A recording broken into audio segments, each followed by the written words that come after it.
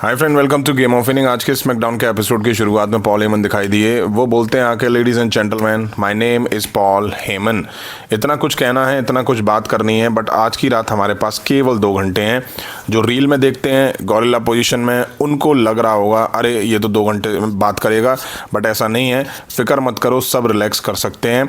नया सब्जेक्ट मैं चुनूंगा नहीं, लेकिन मैं यहाँ बात करूँगा एक नकली चैंपियन के बारे में, और मैं आपसे पूछूंगा किस बारे में बात करनी है। क्या आप बात करना चाहते हैं world heavyweight champion Seth freaking Rollins के बारे में? ठीक है, उसकी महानता तुम सबसे ऊपर है। मैं यहाँ पे बात कर सकता हूँ ओटीसी के बारे में, ट्राइबल चीफ के बारे में, रोमन रेंस के बारे में, लेकिन ये तो बेइज्जती वाली बात हुई कि वो इंजर्ड की बात करें जब उसे स्ट्रेचर पर लेके जाया गया पेरिस से, जब जूता चोर ने उसकी हवा टाइट करी। तो क्यों नहीं हम बात करें डॉग के बारे में, जो रेसलमेनिया को मेन इवेंट करेगा, 5-10 साल तक लीड करने वाला है। 2030-2040 में ब्रॉन ब्रेकर के बारे में, क्या इस बारे में बात करना चाहिए, या फिर हमें बात करनी चाहिए उस कॉन्स्पिरेसी थ्योरी के बारे में, ब्रॉक लेसनर के बारे में? मुझे तो ऐसा लग रहा है कि तभी यहाँ कॉडी रूड्स का थीम म्यूजिक हिट हो जाता है और उनकी एंट्री होती है।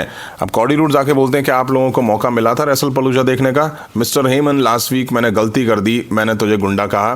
तुम मुझे जानते हो, मुझे नहीं लगता तुम गुंडे हो, तुम समझदार हो, हर चीज़ बिगाड़ना चाहते हो, और अच्छा लगता है तुम्हें। मेरे पास सवाल है, ब्रॉक लेसनर के बारे में बताइए। नहीं, मैं ऐसी ही आके सीधे ब्रॉक लेसनर के बारे में बात नहीं कर सकता। हमने देखा क्या हुआ था रेसलपलूजा में, मैं दोबारा देखना चाहूँगा।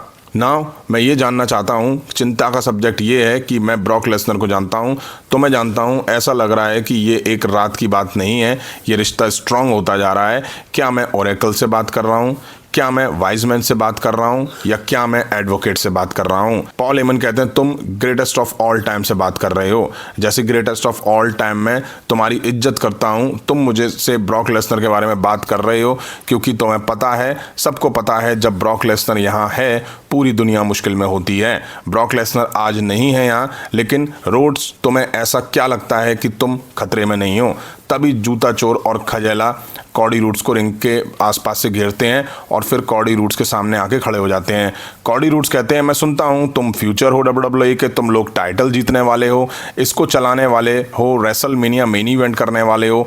मैं शर्त लगाता हूँ ये सबको यही बोलता है। मैं तुम्हारी एज में पॉल हेमन का बंदा बनने के लिए कुछ भी कर सकता था। मैंने देखा क्या हुआ, वो सब देखने के बाद ये सब क्या कर रहा है ये आदमी, इसको कोई पढ़ नहीं पाया आज तक, इस पर कौन बिलीव करेगा? इसने किसी के साथ वफादारी नहीं करी है, ये नफरत करता है तुमसे। खजेला इसके बाद टी शर्ट फाड़ के कॉडी रूड्स के सामने खड़ा हो जाता है, खुजली ज़्यादा है ना उसमें। कॉडी रूड्स कहते हैं क्या देख रहे हो, लगता है तुम तैयार हो एक मैच के लिए, ये फैसला सही नहीं है। कॉडी रूड्स दोनों पर अटैक कर देते हैं।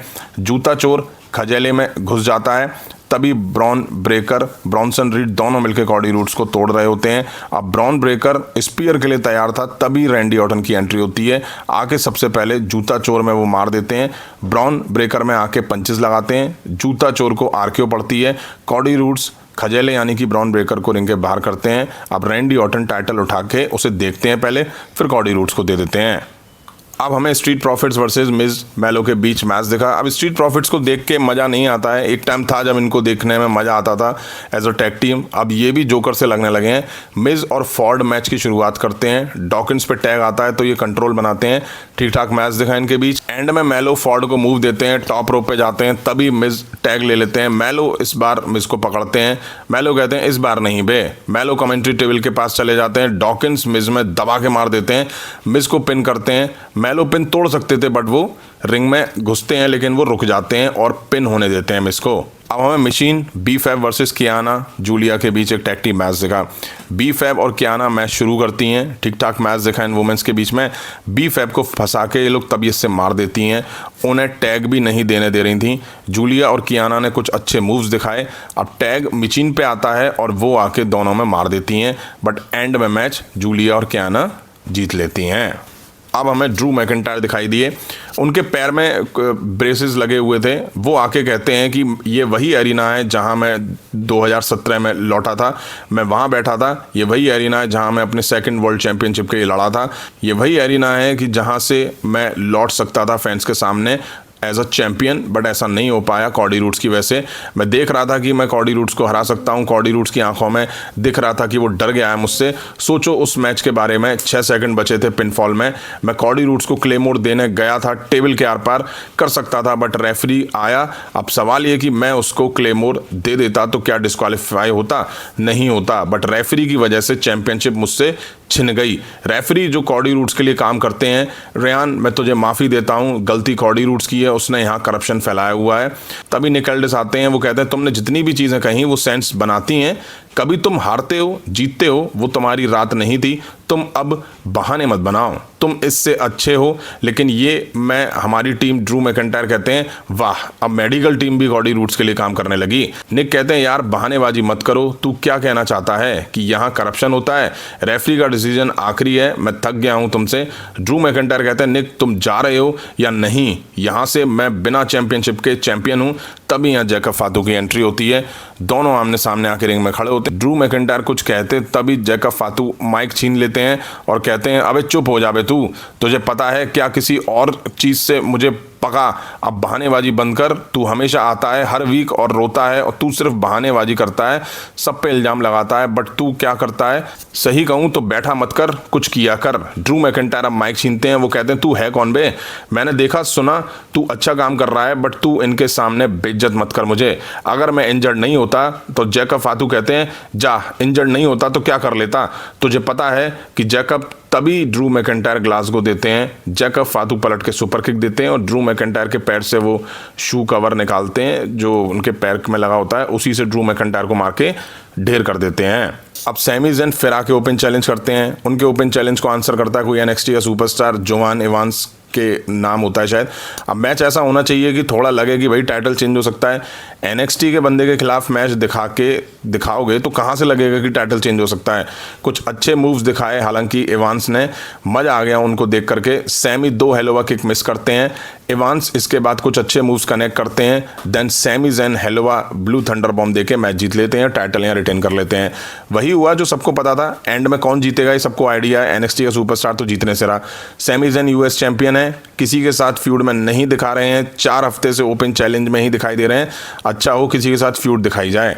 अब back stage Aleister Black Diamond Priest पर पीछे से अटैक कर देते हैं, इनका अलग ही चल रहा है यार। ब्लैक मास्क डायमंड प्रीस्ट को लगा के ब्लैक कहता है कि ऐसा लगता है कि हम कहीं बढ़ रहे हैं आगे, ये करते रहेंगे जब तक एक आदमी नहीं बचेगा।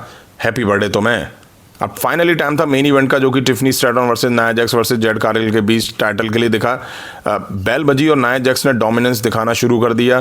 कार्गिल और नाया जैक्स एक दूसरे को गिरा भी नहीं पा रही थी, तभी टिफनी स्ट्रैटन आके दोनों को ड्रॉप किक देती हैं।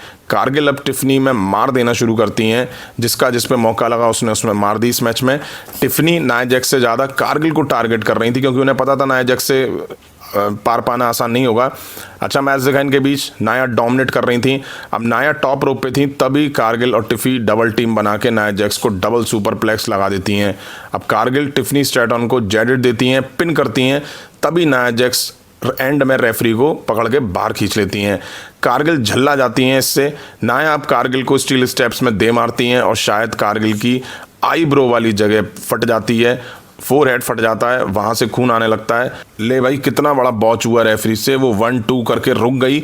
नाया जैक्स को शायद साउंड नहीं आया होगा, रेफरी जब रुक गई उसके बाद नाया जैक्स ने किक आउट करा, मतलब पहले ही रेफरी रुक गई 2 पे। इसके बाद टिफनी स्ट्रैटन ने मूनसॉल्ट दे के नाया जैक्स को पिन करा, मैच जीता और टाइटल यहाँ रिटेन कर लिया। मैच के बाद स्टेफनी वकार वर्सेस टिफनी स्ट्रैटन के बीच क्राउन जूल के लिए champion versus champion match official हो गया है और स्टेफनी वकार आके टिफनी स्ट्रैटन को कन्फ्रंट करती है, दोनों अपने टाइटल दिखाते हैं एक दूसरे को। यहीं आज स्मैकडाउन का एपिसोड एंड होता है। आज डब्ल्यूडब्ल्यूई ने एनएक्सटी के लोगों को भी इस शो में डाल दिया, बिना बात के डाल दिया, पता नहीं क्यों डाल दिया। वहीं पॉल हेमन और उनके 2 चिंटू आके सेथ रॉलिंस और कॉडी रूड्स के बीच जो मैच दिखने वाला है उसका बिल्डअप करने में लगे हुए हैं। सेथ रॉलिंस भी आ सकते थे लेकिन नहीं, कॉडी रूड्स शायद रॉ पे जाएंगे, तभी इनके बीच कुछ दिखाई देगा। वैसे भी 2 हफ्ते ही बचे हैं। वहीं ड्रू मैकइंटायर और जैकब फातू के बीच अब नई राइवलरी शुरू होती हुई दिखाई दे रही है। जैकब फातू बीच में अभी गायब हो गए थे, अब फिर से वो दिखाई देने लगे हैं। वहीं टिफनी स्ट्रैटन ने टाइटल रिटेन कर लिया है। वहीं इस मेन इवेंट में हमें एक बॉश देखने को मिला रेफरी की तरफ से, जो कि बहुत बड़ा बॉश था और टीवी पे ये आ गया है। वो बात अलग है, बाद में डब्ल्यूडब्ल्यूई इसको कटपट कर दे। आपको कैसा लगा आज का एपिसोड कमेंट करके जरूर बताइएगा। अभी की वीडियो में इतना ही। पसंद आया तो लाइक और शेयर करें। उस तरह के इंटरेस्टिंग अपडेट्स के लिए चैनल को सब्सक्राइब करें, बेल आइकन को प्रेस करें। मिलता हूं जल्दी नेक्स्ट वीडियो में। Thank you.